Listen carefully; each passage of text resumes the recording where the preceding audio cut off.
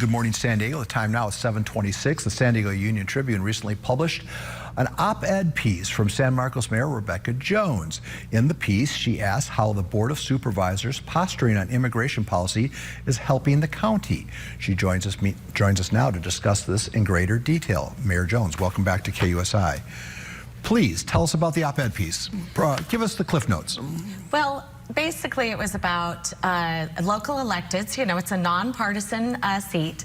We're here to serve the people of the community and not get into all the theatrics of the political division. When we do that, we don't get anything done.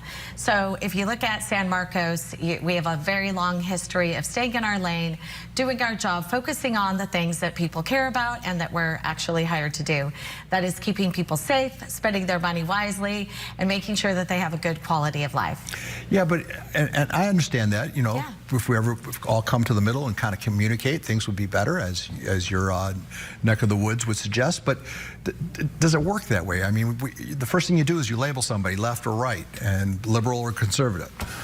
Well, you don't have to live by a label there, Paul. But that's what happens, right?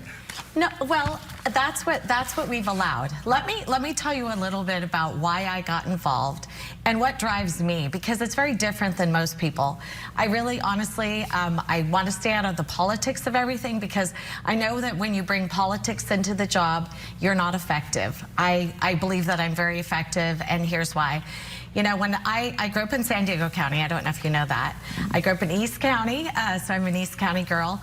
But, you know, when I was 11, my parents got divorced. It was pretty chaotic. Everything, all the stability that I had really eroded, and it became a really tough childhood. You know, I'm actually a survivor of sexual abuse, and that happened, you know, during this time. I went to 3 different high schools, but it gave me a resolve to really serve and to know that I would rise up at some point in time. I didn't know how. With 3 different high schools, I thought, my gosh, the stability is just not there. So it drove me to succeed and to find common ground with people, to get along, but to also know that I have core values. That is a very important part of what we need to do with our communities. So I built a marketing company up to $100 million in sales. So I did rise. I knew that it would happen. I didn't know how. But this is what I have brought to the table. When you've got people that have life experience that is tough, what they do is they actually figure out how to be effective, and it drives me every day. And that is why, you know, being an elected official, it's been such a huge responsibility, but such a privilege too.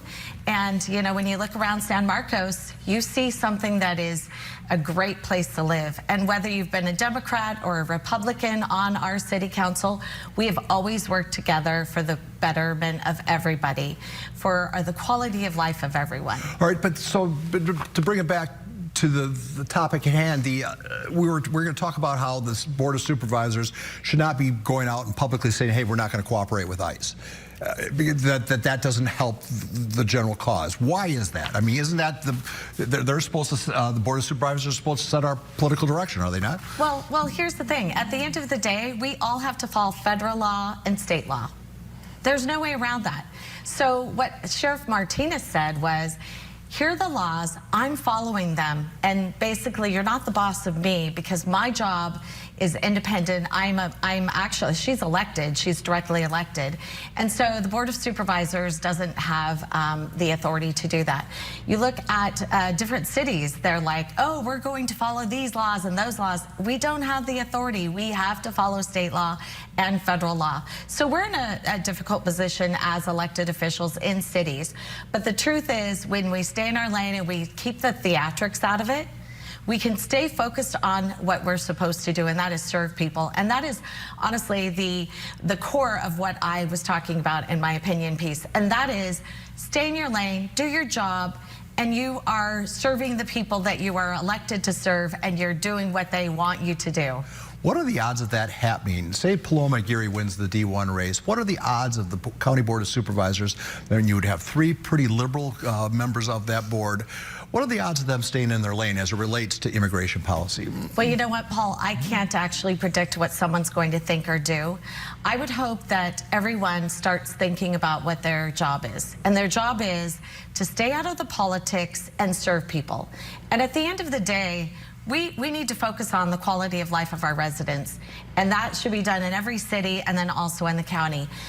They can't actually live a good life if you're up there fighting about everything when all they want you to do is fill the potholes, make sure their parks are clean and safe, and their quality of life is good, and that you're putting enough money into the infrastructure of your law enforcement and your fire departments and all of those things. We need to get back to our core services and make sure that we are serving people, because, Paul, do you honestly care if it's a Democrat or a Republican that's filling that pothole in the middle of your road? No, absolutely not. Yeah, I think that's a great point. Yeah. So is that the message going forward for your political aspirations? It always has been. And you know, this is my 19th year in office. I've run on everything from quality of life, safety, and spending money wisely. Those have always been my core values. You know, it's a little bit different when you're talking about the Board of Supervisors. You've got mental health in that and homelessness. But other than that, it is the same job, just at a higher level. It's more people, obviously. But the truth is, the people don't care about the politics of it. They want you to stay in your lane. They want you to do your job. They want to be safe. They want you to help their quality of life and rise everyone together. And you can't do that when you're fighting about ridiculous things. What's that? High tide floats all boats or something? Yes, yes. Oh, all right. And you know what? If you look at my race specifically, you've got two people running in the Board of Supervisors in District 5 next year. They're both working for congressmen. They both have political aspirations. It's a stepping stone for them. When you think about that, do we want D.C. politics here in San Diego County on the Board of Supervisors? I don't think so. It'll just bring another aspect and a little bit deeper in that. So I think not. Sounds like it's going to be a bumper sticker. There All you right, go. Mayor Jones, thank you so much for coming in, and I wish you a safe day. We'll be right back with more Good Morning San Diego.